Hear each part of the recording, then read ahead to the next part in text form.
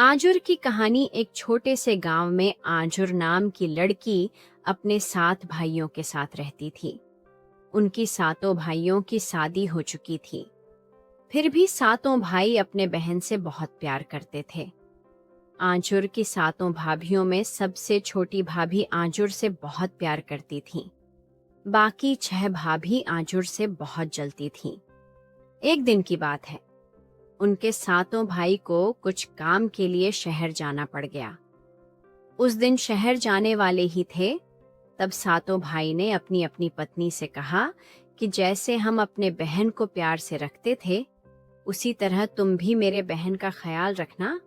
इतना बोल के वो सातों भाई शहर के लिए निकल जाते हैं।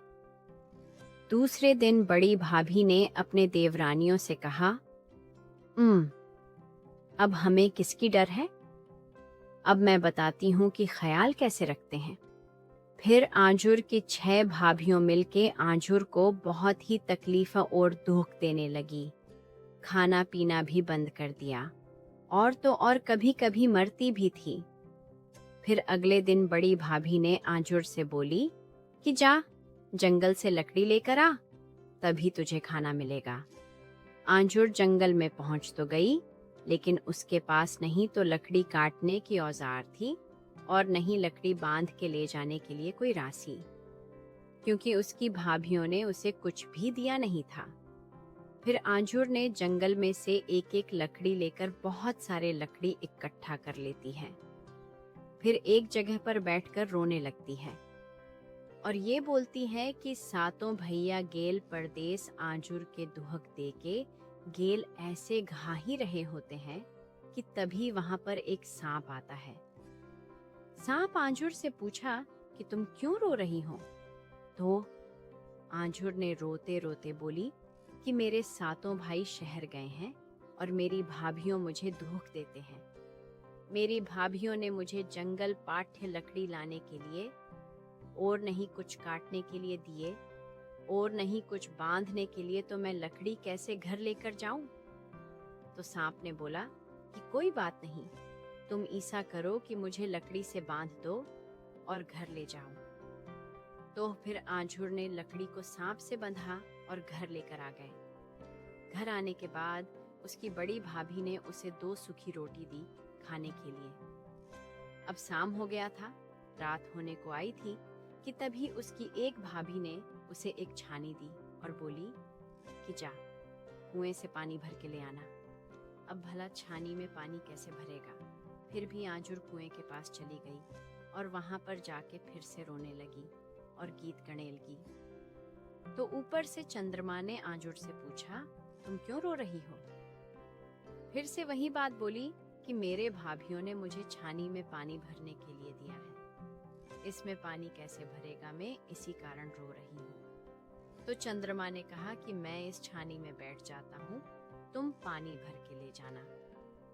फिर आजुर ने बिल्कुल वैसा ही किया, छानी में पानी भर के घर लेकर आ गए। फिर अगले सुबह उसकी बड़ी भाभी ने सोचा कि जो काम न होने वाला है वह फिर भी कर लेती है। आखिर कैसे? फिर बड़ी भाभी ने आजुर को बुलाया और एक कला कंबल दिया और बोली कि इसे धोकर सफेद करके लाना, जो कि नामुमकिन था। फिर आजुर ने वो कंबल लिया और चले गए एक नहर के पास उसे धोने के लिए। नहर के एक किनारे के पास बैठकर कंबल धो रही थी और रो रही थी कि तभी उधर से उसके सातों भाई शहर से लौट के आ रहे थे। छोटे भाई ने देखा अपने बहन को, तो उसने अपने बड़े भाई से कहा कि भैया देखिए, तो ये कहीं अपनी छोटी बहन तो नहीं है जो वहां नहर के किनारे कंबल धो रही है? तो बड़े भाई ने कहा कि नई नई अपनी बहन तो अपने 7 भाभियों के साथ घर पर होगी। ऐसा उन्होंने कहा तो छोटे भाई ने कहा कि नई नई ये अपनी ही बहन लगती है। फिर सातों भाई पास आकर देखते हैं तो सच में उसकी ही बहन होती है। जब आजुर ने अपने सातों भाई को देखता है तो तभी ही सातों भाई के पैरों में बैठकर रोने लगती है। फिर भाइयों ने उसे उठाया, चुप कराया और अपने पीछे छुपाकर घर लगाया। घर पहुंचते ही बड़े भाई ने आवाज लगाई, आरे सुनती हो, कहाँ पर हो? फिर बड़ी भाभी घर के बाहर आई तो बड़े भाई ने पूछा कि हमारी प्यारी सी बहन किधर है? तो बड़ी भाभी ने कहा कि होगा यहीं कहीं खेल रही होगी। सुबह ही खाना खाने के बाद बाहर खेलने गई थी। बहुत देर हो गया था पर वो आई नहीं जब उसकी बहन नहीं आई। कहीं से तो छोटे भाई ने अपने पीछे से अपने बहन को बुलाया और पूछा कि बहन बताओ तुम्हें किस किसने दुहक दिया था? तो आजुर ने तो किसी का भी नाम नहीं लिया। तो बड़े भाई ने एक बड़े से बर्तन में खोलता तेल डाल दिया और अपने अपने पत्नियों से कहा कि एक एक करके अपने अपने हाथ इस तेल डालो, जिसका हाथ जलेगा वो दूख दिया होगा और जिसका हाथ नहीं जलेगा वो नहीं दिया होगा। फिर एक एक करके सभी ने अपने अपने हाथ तेल में डाला। सभी का हाथ जल गया, सिर्फ सबसे छोटी भाभी थी, उसकी हाथ नहीं जला क्योंकि उसने कभी भी आजुर को दुख तकलीफ नहीं दी थी।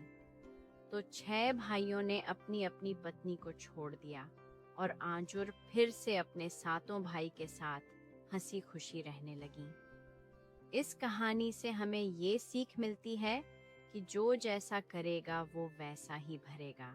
गरीब भाई बहन। गांव के एक छोटे से कोने में, जहां कच्चे घरों की कतारें लगी थीं, वहीं एक झोपड़ी में अमर और सीमा अपने माता पिता के साथ रहते थे। उनका जीवन गरीबी में बीत रहा था, लेकिन उनके माता पिता अपने बच्चों की खुशियों के लिए हर कठिनाई सहन कर लेते थे। उनके पिता रामलाल खेतों में मजदूरी करते थे और उनकी माँ सरला गांव के घरों में काम कर कुछ पैसे कमाती थीं। अमर 14 साल का था और उसकी छोटी बहन सीमा 10 साल की। दोनों स्कूल में पढ़ते थे।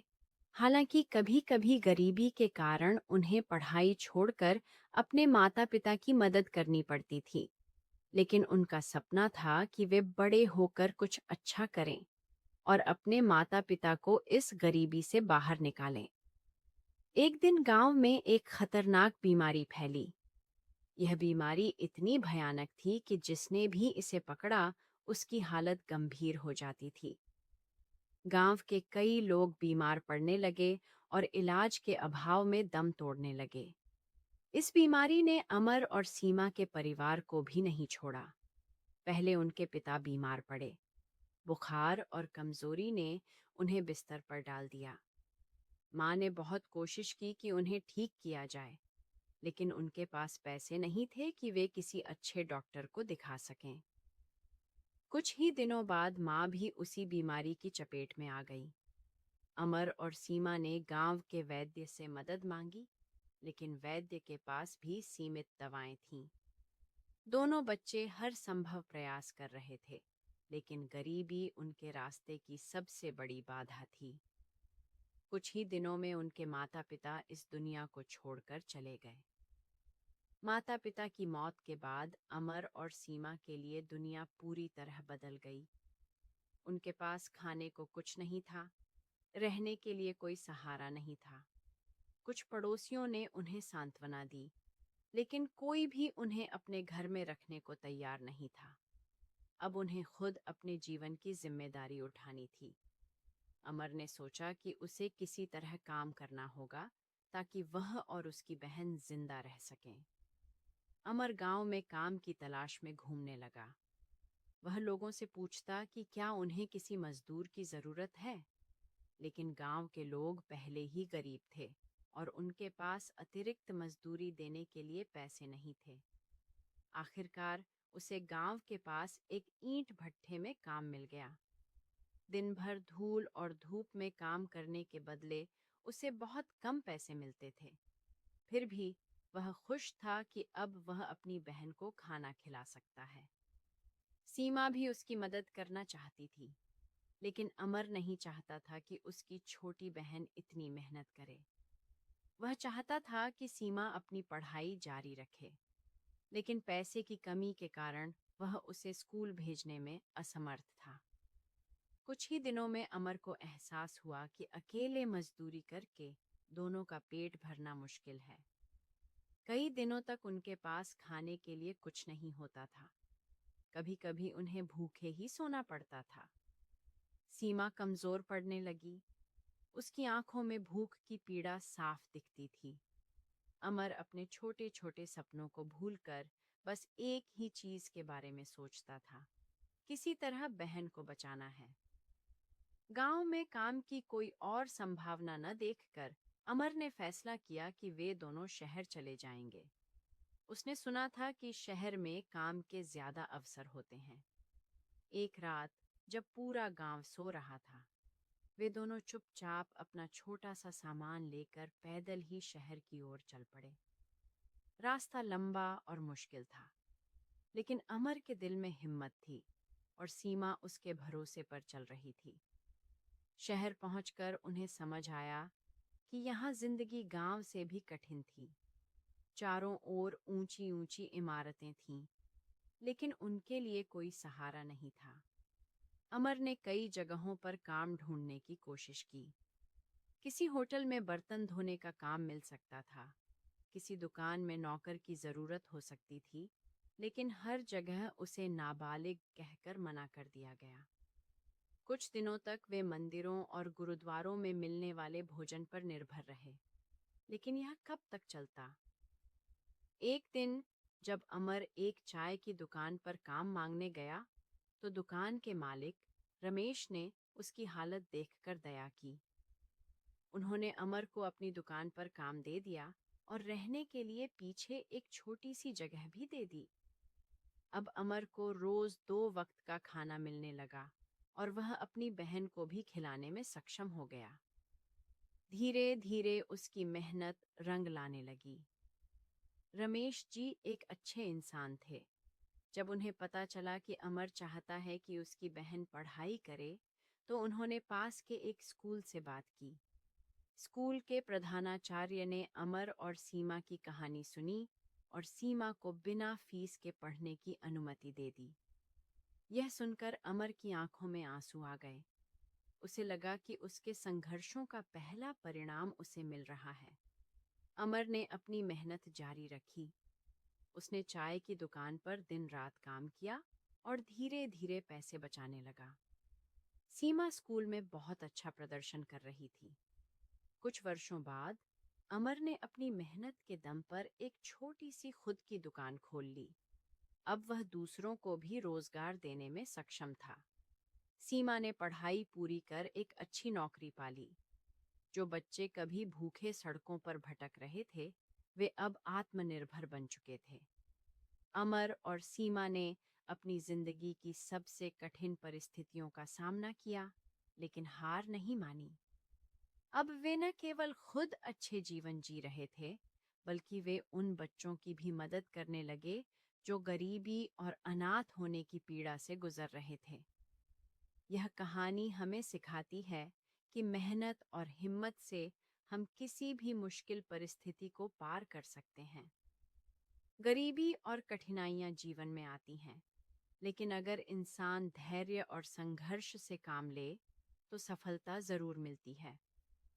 अमर और सीमा की कहानी हजारों अनाथ बच्चों के लिए एक प्रेरणा बन गई, जो यह सिखाती है कि अगर हिम्मत और सच्ची लगन हो, तो जिंदगी को बेहतर बनाया जा सकता है।